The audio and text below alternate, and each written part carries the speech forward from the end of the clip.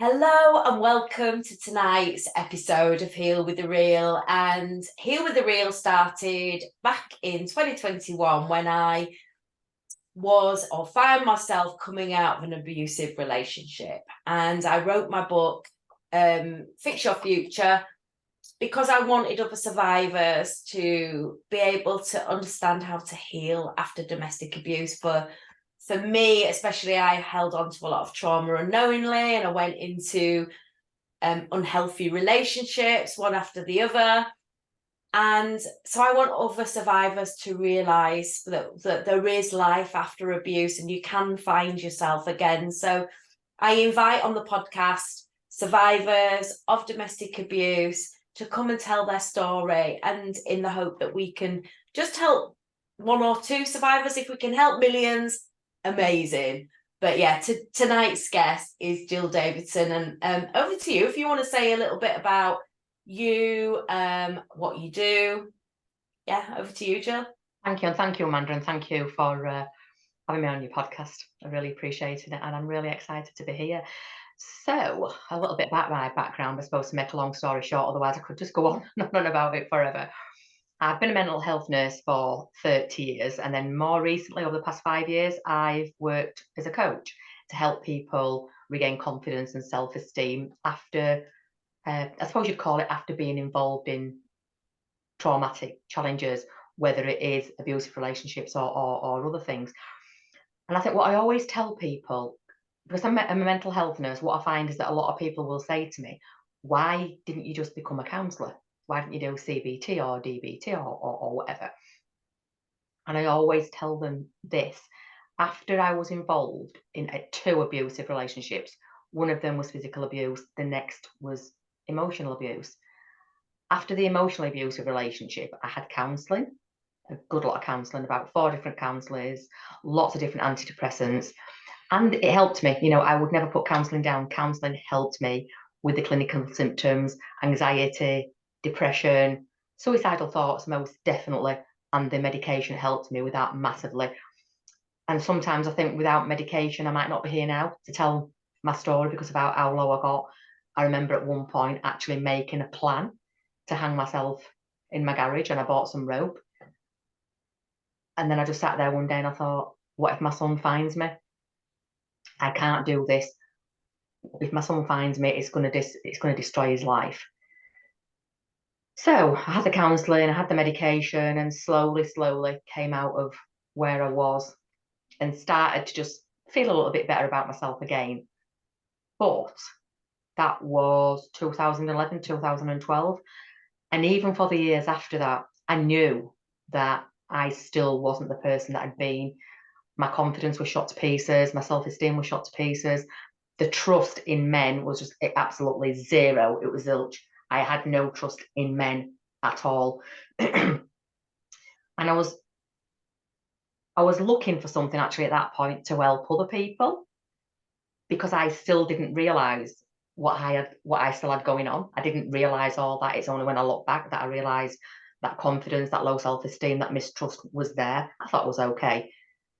And I started looking for something to help other people and came across NLP, which is a form of coaching. So I studied that.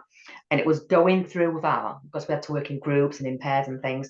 And it was going through that that made me realise the stuff that I was still holding on to. You know, the stuff that I thought I'd let go. The anxiety had gone, the depression had gone, the suicidal thoughts had definitely gone. But I was going through that process of studying NLP. I kind of just thought, crikey, some of this is me. You know, some of this is me. I'm hiding my low confidence by being quite robotic, being passive aggressive, especially at work. I completely changed because I managed mental health services and just completely changed the way I was with people. The empathy had gone, the compassion had gone, everything about me as a person had gone. And then I thought, you know what? This is because my self-esteem is that low. I think absolutely nothing about myself. And this is why I'm still in this place. So as much as the counselling helped with what I call the clinical symptoms, you know, I don't believe that a tablet can help you with confidence, you know, unless it's kind of the illicit substances that, you know, and that's a different story. But a tablet can't help you with confidence and with low self-esteem. That is something that you've got to work through, and it's painful. Yeah. It's very, very painful, and it's not an easy thing to do, but it's worth it. And basically, that's what I do now, and that's why I'm so passionate about coaching. You know, and I will say to some of my clients, I don't think that I'm actually the right person for you at the moment. I actually think you need counselling. I've signposted people back to the GP. I think you might need antidepressants, but I'm here when you're ready. If you ever feel that you need that support that I offer, and that's a little bit about kind of what I do now and why I do it after domestic abuse.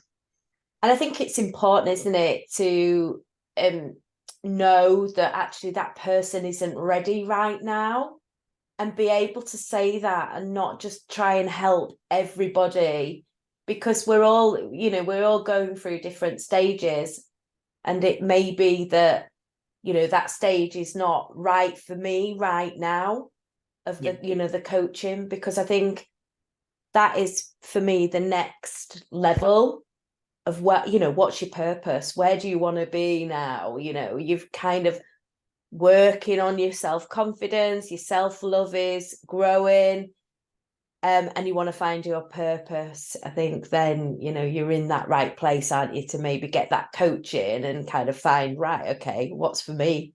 Yeah, definitely. And it's interesting that you said that, because when I look back, in fact, I remember one of my trainers saying to me, now you know all this stuff, you'll be able to help people, and they won't need counselling, and they won't need antidepressants.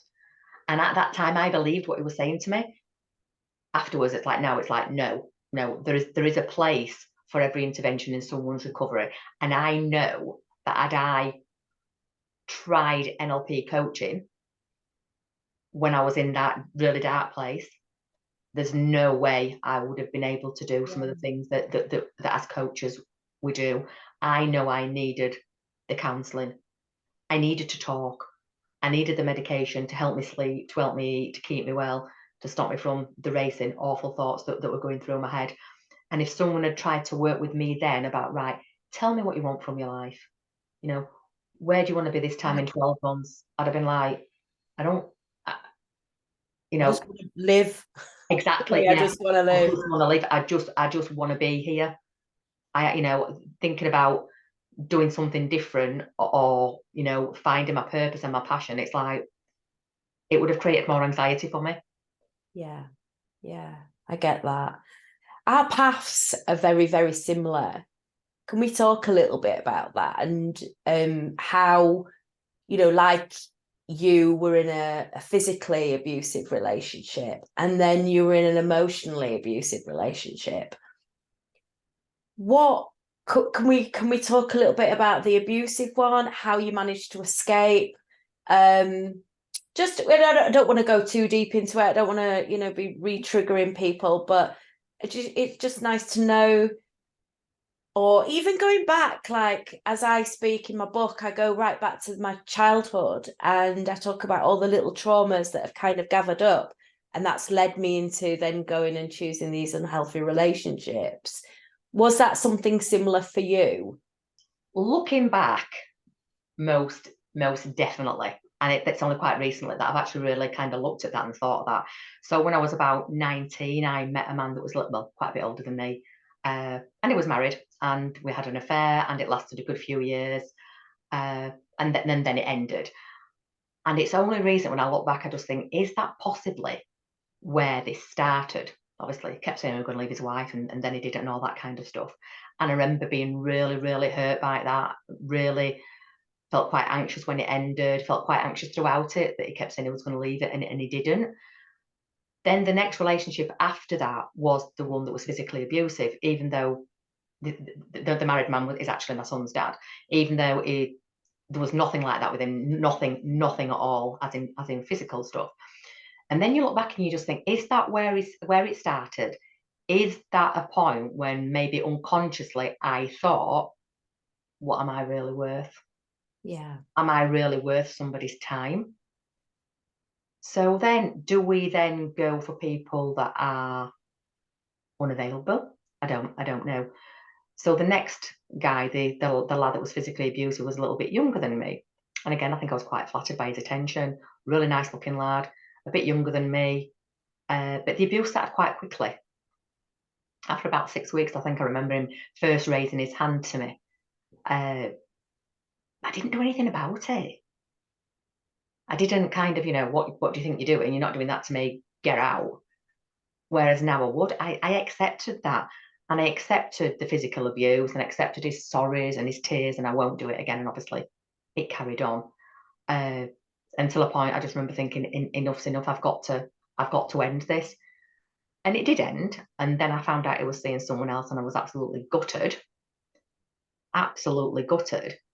And then again, you look back and you think, why? Why was I gutted? Because all I did was go on to do it to the next person. And then probably 12 months later, I met what I thought was this perfect gentleman. And I'm I thought smiling he because was that is me. perfect. Yeah.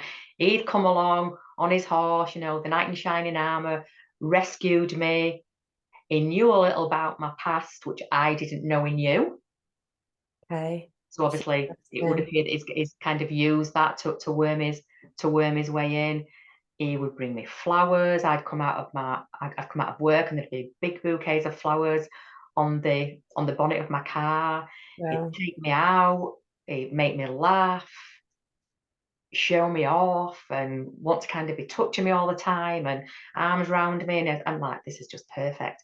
Amazing with my son, who at that point would have been about 9 when I met him. It was amazing with my son. But then slowly, things start to change. Yeah, he'd be there, he'd stay overnight, and then he wouldn't. Then I wouldn't see him for days.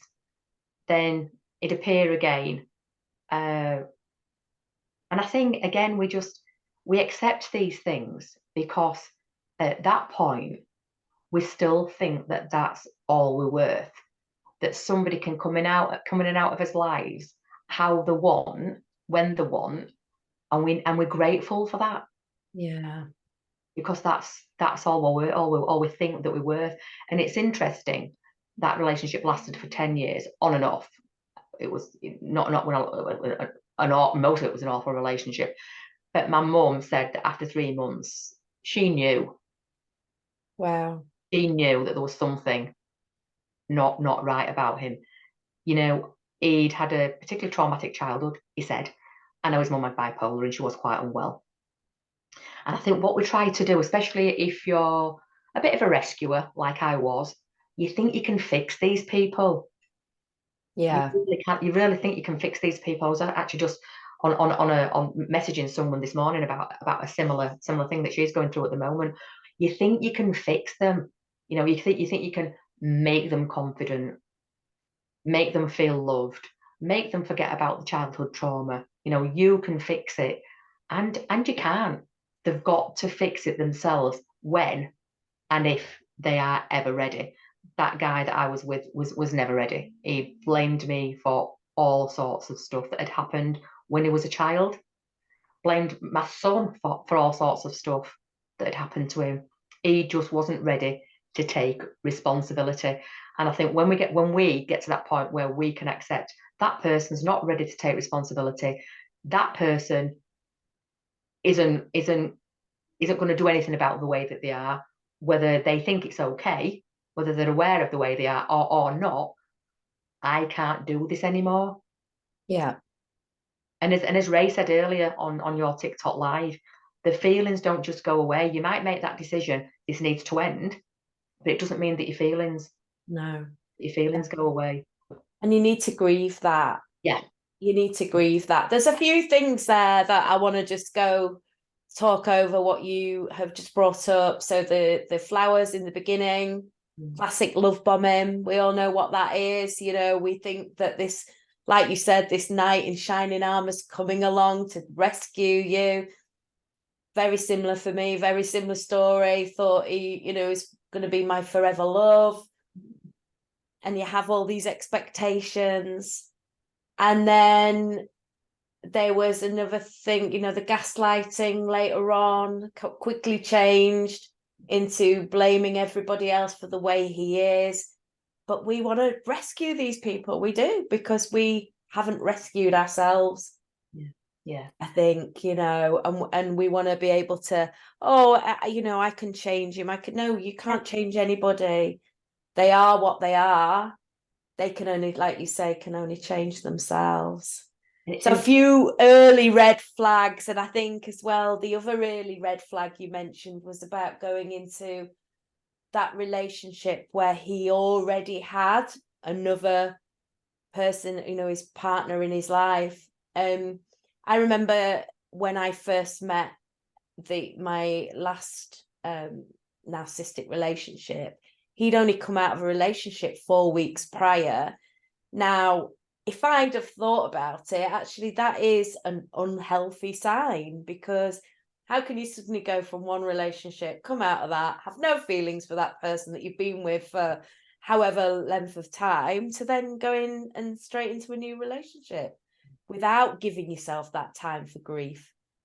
Yeah. You know, you're losing a relationship, you've got to grieve, whether it's an abusive one or a healthy one. You need that time, don't you? Yeah. I mean, obviously, we end up in relationships, and we stay in relationships because we want to be with that person.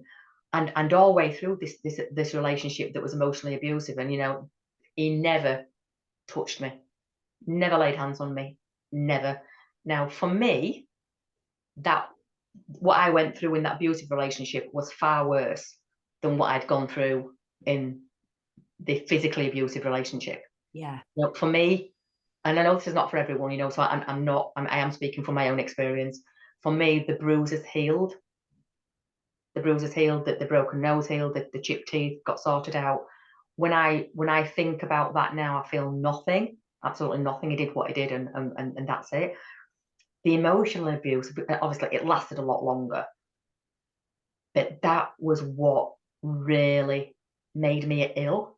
Yeah. That was the reason I needed antidepressants. I didn't even need antidepressants for the first one. But again, we know that first one probably did have some impact on why I ended up in the second one. Yeah, definitely. And I think I definitely agree. And that is definitely me as well, my experience. You know, then I went on to choose more unhealthy relationships, and actually chose, I do believe when I look back, I might have chose to ignore these little red flags, because you get swept away in the moment. And it's probably like that for many survivors, I'm sure. And then you're holding on to, like you said, this trauma unknowingly in your body, from the previous relationships, and it exploded for me. It all came to the surface and bubbled up, and was like a bloody firework going off, you know. It's just got to come out somewhere at some point, because you know, I speak to a lot of people, men and women, and not one of them is still in an abusive relationship now. They might have had a good few. And it is about recognizing, and I remember speaking to someone about this only recently, it is about recognizing our part in what's going on. You know, what do I need to change to make sure that I don't attract these people? What do I need to change to make sure that when I recognize that this is happening, that I get out of it quickly? I remember meeting another gentleman, and this was early 2016. 3 months I was with this gentleman. I won't even call him a gentleman, actually. Three months I was with him. And he then dumped me. And I remember being gutted. And I remember looking back, not long after it, probably about 2 weeks after, and thinking, I saw the red flags in that one. I heard some of the things he said. Yeah. Why am I so upset?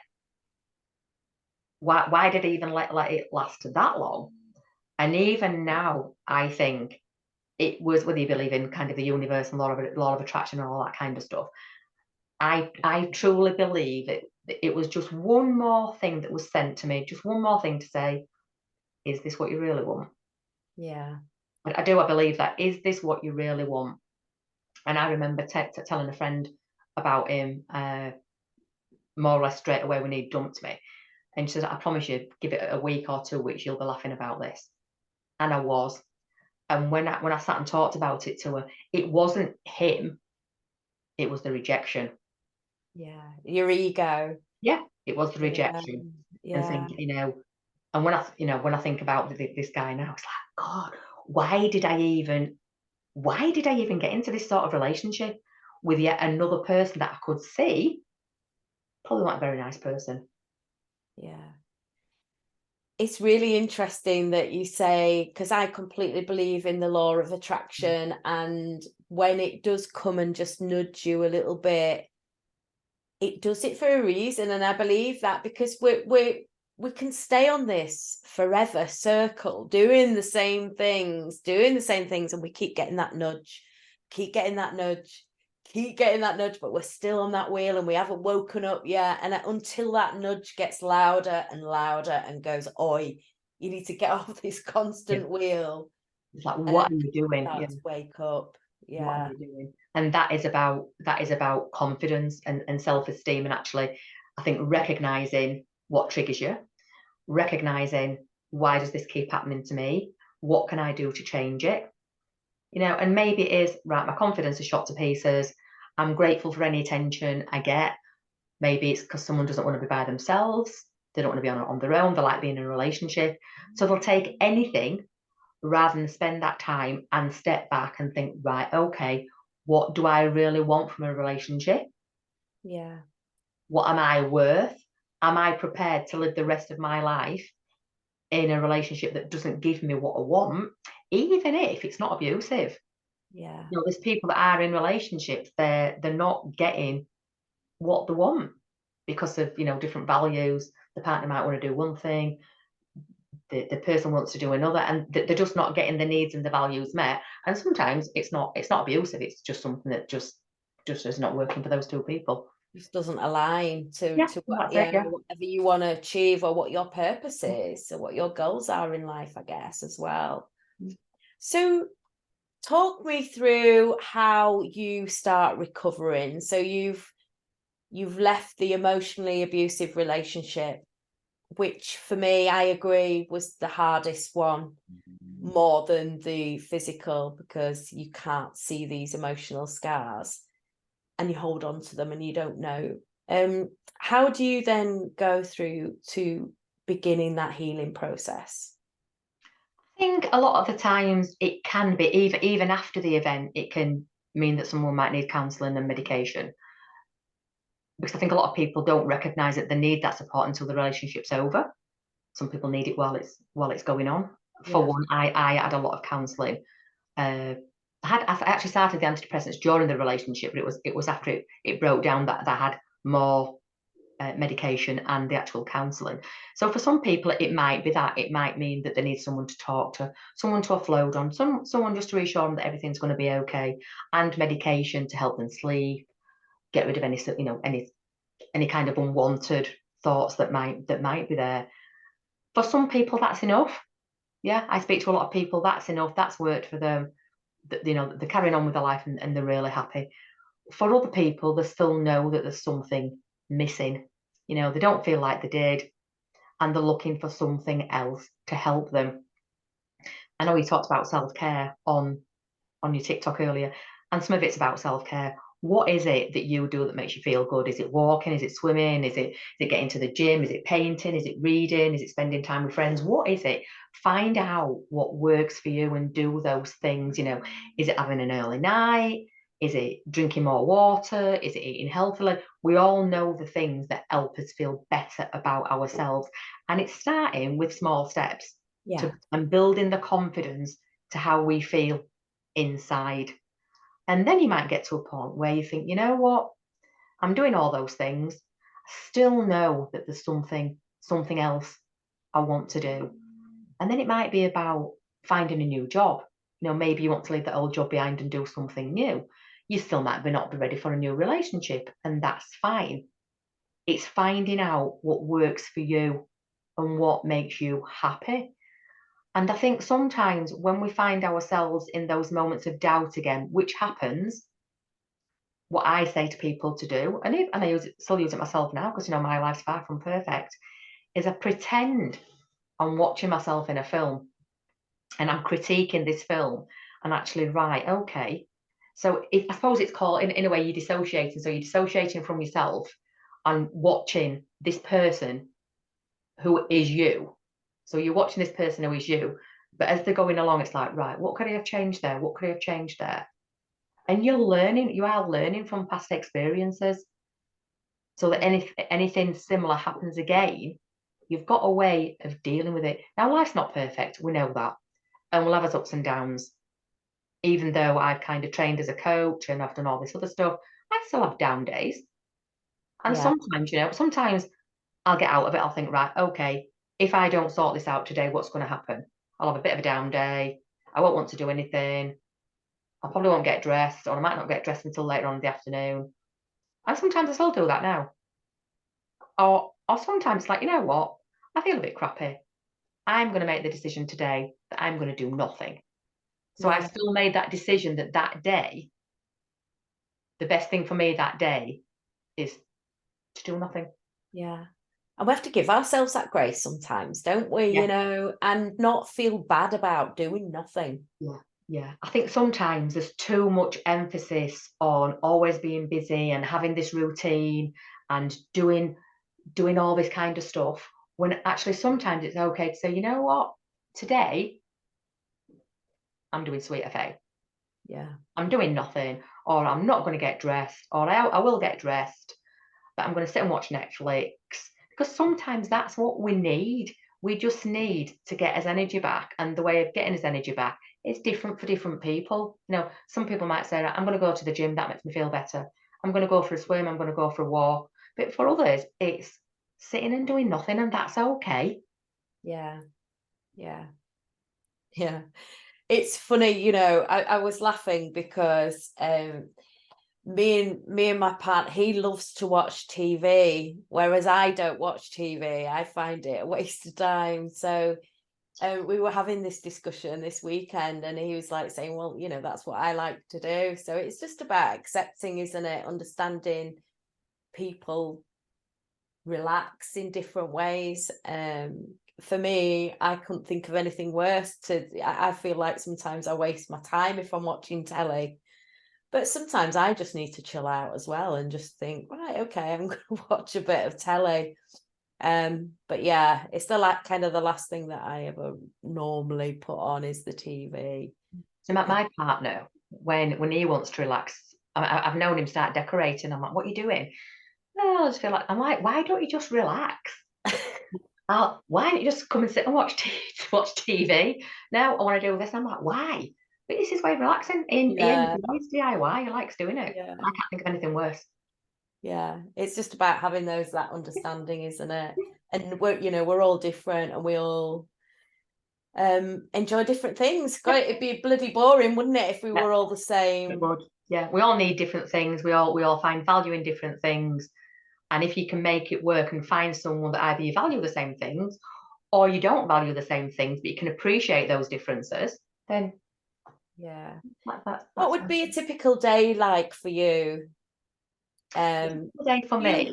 For me, I have like a quite not strict, should I say, but I have I fill my own cup up first before I go off and do whatever I need to do throughout the day, because I feel that's important for me.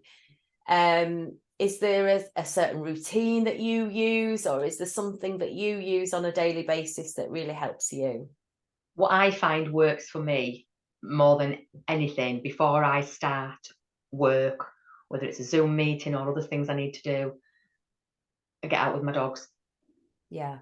I get out with the dogs. I'll just love being out with them. Might be out for a couple of hours. Well, all kinds of weather, whether it's kind of taken to a park and letting them off the lead. That just, and I don't know why it works, whether it's just kind of because it's out in nature or outside or whatever. That's what works for me. Getting outside, then I can come back, have a drink, probably have a bacon sarnie before I start work, and then it's right. Now I'm going to turn my laptop on and start what I need to do. And I found if I start work too early, I very, very rarely start work till 11 o'clock. If ever I have something that I need to do, and I need to do it before I take the dogs out, I struggle to concentrate. It's like, I just want to go out with them, then I can come back and do this. But no, Yeah. sometimes I need to get it done, or someone might need me to do something at 9 o'clock. And I do it, but not always very graciously. Well, when I'm feeling stuck, if I'm working at home and suddenly there's something that I'm stuck on or I can't do, I'll just do exactly the same. I've got a little Yorkie and we'll just go off and go out. Even if it's just for 10 minutes, it just gives me that breathing and thinking space, because I think the more that I'm stuck with something and try to do it there in that moment, just makes me worse. So just getting out, 10-minute walk, come back, feel refreshed and feel okay again. Yeah. I think sometimes we can push ourselves too much to, complete. And I suppose I'm quite lucky that I don't have many deadlines as such with being self-employed like you. But I know sometimes there's still stuff that we need to do. And I try to give myself deadlines to make sure that I meet the stuff that I need to do for my business. But it's like you say, if you sat there and you can feel your brain's getting scrambled, but yet you push yourself to do it, it's probably not going to work. And I know I've done stuff like that sometimes, come back another day and read what I've written. What? Yeah. It didn't make sense. I could have just left it. My body and my brain was saying to me, leave this, go take the dogs out or do whatever, but just get away from your screen, like you say, if it's only for 10, 20 minutes and then come back. And I found when I don't do that, that's when the work that I do is not what I would want it to be. Yeah. So what's next for you? So you mean as in business wise or today? Yeah, have you got anything in the pipeline? So I'm actually in the process of writing an ebook to go on my website about helping people look at low self-esteem, any limiting beliefs they might have them, about themselves. So that'll be available on my website soon. So I'm doing that. I'm also in the process of writing a case study because I've learned something else that I can use in my coaching business. So I've had the client, she's had her 4 sessions.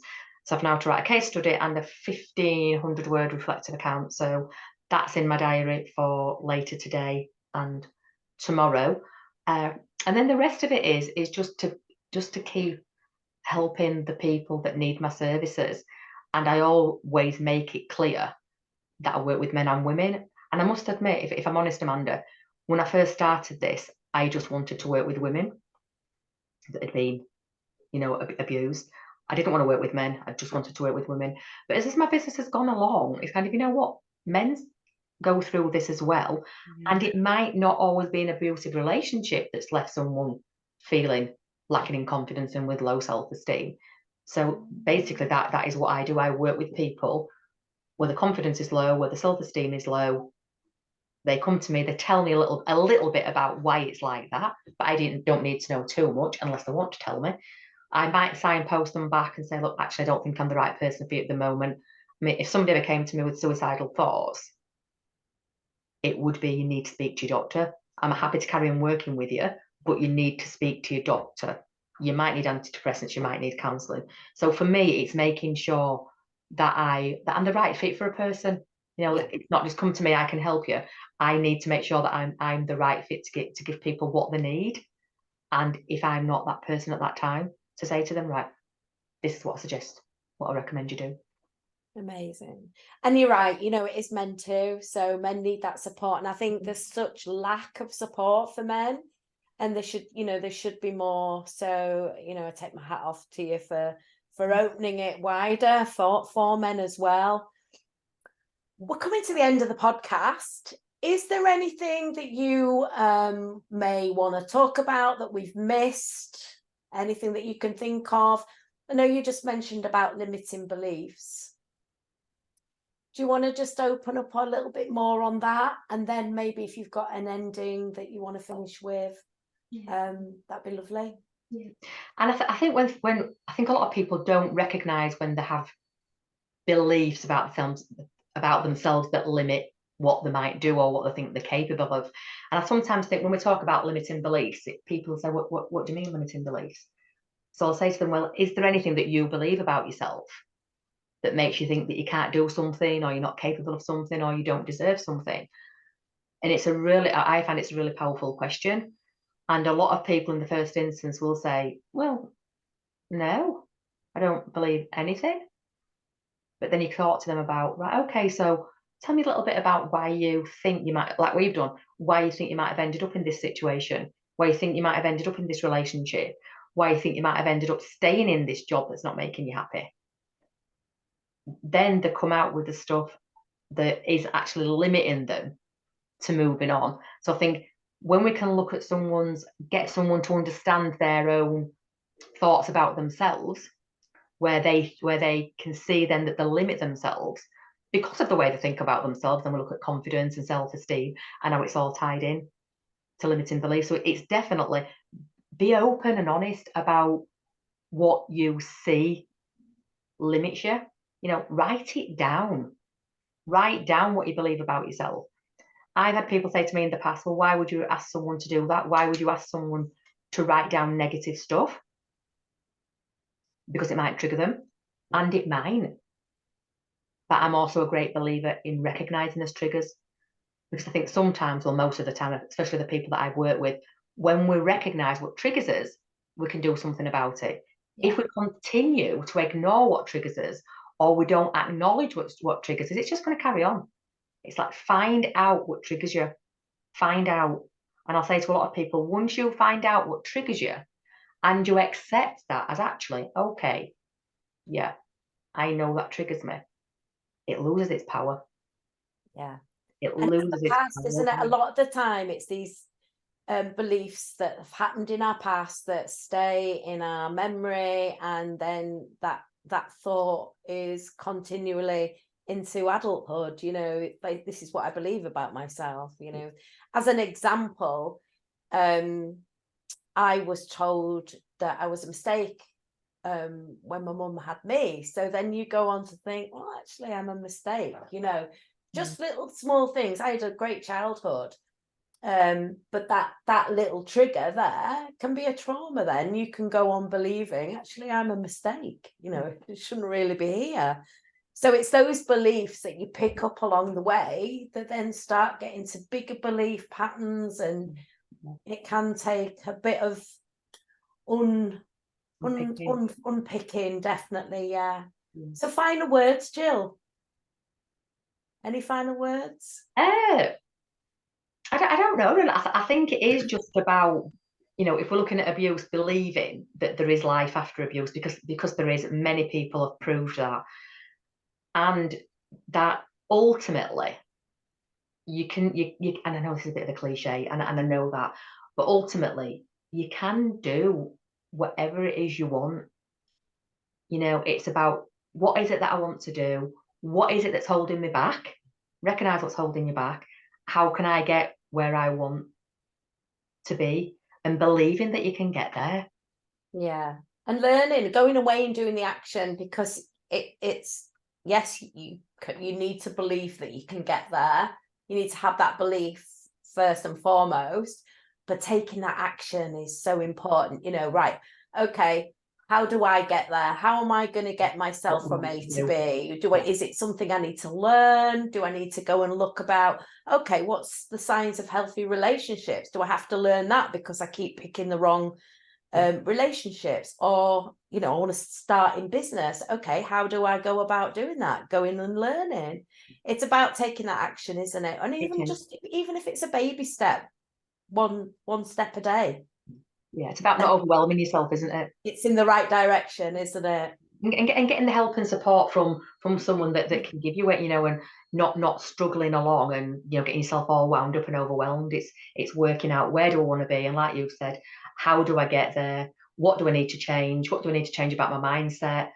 What do I need to change about maybe my work ethic? Who do I need to help me? And like you say, believing ultimately that you can get there. And if you don't believe it, then what is it that you don't believe about yourself that's holding you back? Work on that.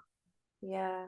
And then that has your negative connotations, doesn't it? When you don't believe in yourself, then you kind of just stay in that same place and there's no movement then. If you believe it, your self-belief is at a point where you think that you're not capable of anything, and that whatever you try is not going to work, then why would you try? but it's about actually, so why don't I believe that, for instance, somebody might have built a business and it's failed. So what's the point of me trying that again? It failed once. It's pointless. It's like, well, no. Okay. Why did it fail? What was it about? Was it maybe something that you weren't really passionate about? Did you have the right investment? What was it? Because, you know, things don't just fail because they just fail. And again, I'll say to people, you know, it's not about failure. It's about what can I learn from that that's going to help me next time in whatever area it is. Yeah, the lessons are the most important Yeah. thing.